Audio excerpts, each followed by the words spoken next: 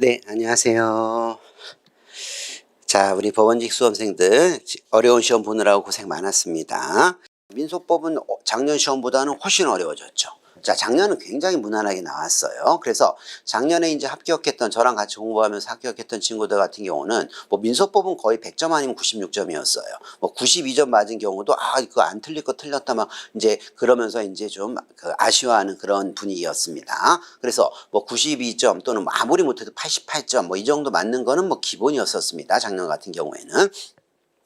자, 그런데 이제 올해 같은 경우에는요, 일단 뭐 개수형 문제가 상당히 두 문제 어려웠고요. 그리고 박스 문제 하나 더 있었고, 작년에는 아예 없었죠. 박스형 문제 자체가. 그리고 나머지 지문들에서도 둘 중에 하나 헷갈리는 것들 또는 자, 이제 치사하게 좀 이제 용어들을 바꾸는 방식으로 해서 순간적으로 이제 걸러내지 못하게 하는 방식으로 자, 그렇게 해가지고 상당히 까다롭게 한 서너 문제 이상 출제가 되었죠. 자, 그러다 보니까 결과적으로 작년에 비추어 보면 최소한 4문제 이상은 어려워졌다, 더 틀렸을 거다 이렇게 보시면 될 것 같습니다. 그래서 지금 제가 아까 말씀드렸던 이제 저랑 같이 공부했던 실강생들 가운데에서 이제 민소법 같은 경우는요, 지금 96점에서 84점 사이로 쭉 거의 골고루 분포돼 있어요. 그래서 뭐, 아까 말씀드린 것들 실수를 안 한 친구들은 96점 맞았고요. 그렇지 않은 친구들 같은 경우는 이제 84점 정도 맞았다. 이렇게 보면 됩니다.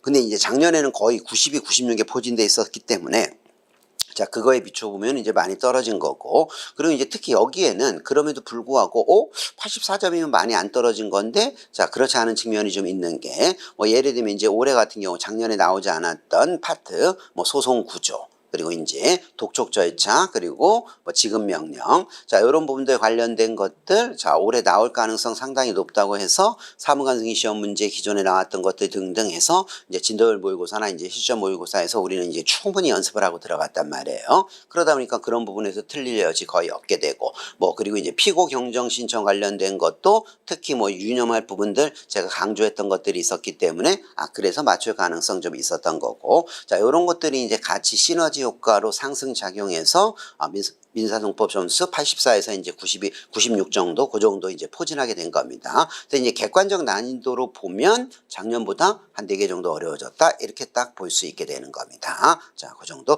그래서 예를 들면, 자, 민법 같은 경우에는 80점 넘으면 굉장히 잘 본 거고요, 올해. 그리고 이제 민소법 같은 경우도 뭐 80, 84 정도면 뭐 안정적인 점수 상당히 잘 얻은 거다. 그렇게 딱 잡으실 필요성이 있고, 그리고 이제 대부분의 수험생들이 아마 자, 민법은 60점 후반에서 70점 초반, 그리고 자, 민소법은 70점 중반 정도, 뭐 70점 중반 정도, 그 정도에 거의 대부분 다 포진해 있을 것으로 좀 보입니다. 합격권에 들어왔다라고 하는 이제 수험생 같은 경우들. 자, 그러다 보니까 이제 그거 감안해가지고, 자, 이제 민소법 같은 경우도 어떻게 공부할 건지를 잡아야 되는데, 자, 올해 시험 문제 이제 특징 중에 하나가 뭐냐면은요.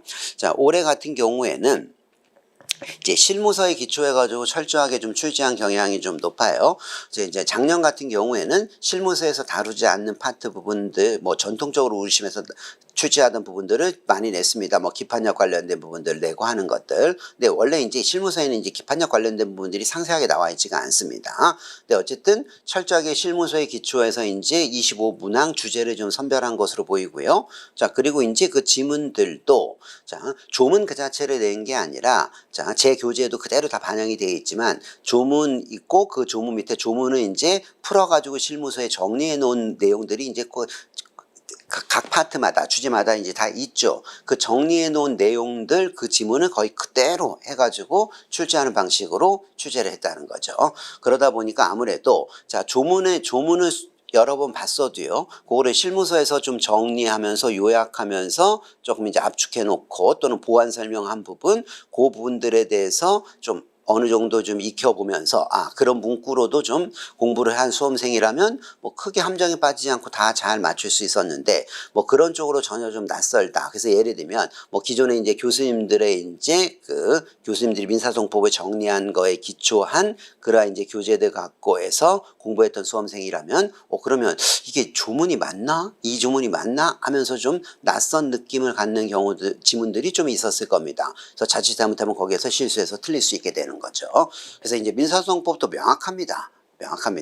우리 시험은 철저하게 조문, 판례, 그리고 민소법은 절차법이기 때문에 실무서에서 정리해 놓은 내용들, 그리고 그 내용들이 자 빠짐없이 촘촘하게 다 반영되어 있는 게 이제 제민사소송법 교재인 거죠. 그래서 그걸 통해 가지고 대비하면 뭐 아무리 이제 뭐 좀 까다롭게 내거나 어렵게 내도 뭐 민사소송법에서 고득점하는 거는 뭐 전혀 문제될 게 없다. 그래서 최소한 뭐 88, 92 이 정도는 뭐 아무리 난이도 있게 나온다 하더라도 충분히 커버할 수 있다. 자, 그렇게 좀 이해해 놓으시면 될 것 같습니다. 그래서 제가 말씀드린 거 하고 그리고 이제 올려놓은 자료를 토대로 해서 자, 올해 시험 본 수험생들이라고 한다면 자기의 1년 과정들을 한번 좀 반성적으로 검토를 해보고 그리고 법원직 끝까지 도전할 생각이면 그럼 어떤 방식으로 내년에 임해야 되는지 자, 전략과 방향을 잘 수립할 필요성이 있다. 자, 그렇게 해서 새로 시작하는 쪽으로 가야 되고요. 처음 이제 입문하려고 하는 분들이라고 한다면 첫 단추부터 처음부터 우리 시험에 적합한 방식으로 자 공부하고 그리고 공부할 수 있는 교재, 강의, 그리고 훈련, 특히 훈련이 중요합니다. 객관식 시험에서는 자, 그 과정을 잘 따라오는 방식으로 해서 자, 그렇게 효율적으로 단기간에 합격할 수 있는 전략을 짜는 게 제일 중요하다. 자, 그런 정도 좀 이해해 두시면 될 것 같습니다. 그래서 이제 올해 민사소송법 총평은 이 정도로 좀 마무리하도록 하겠습니다. 네, 수고하셨습니다.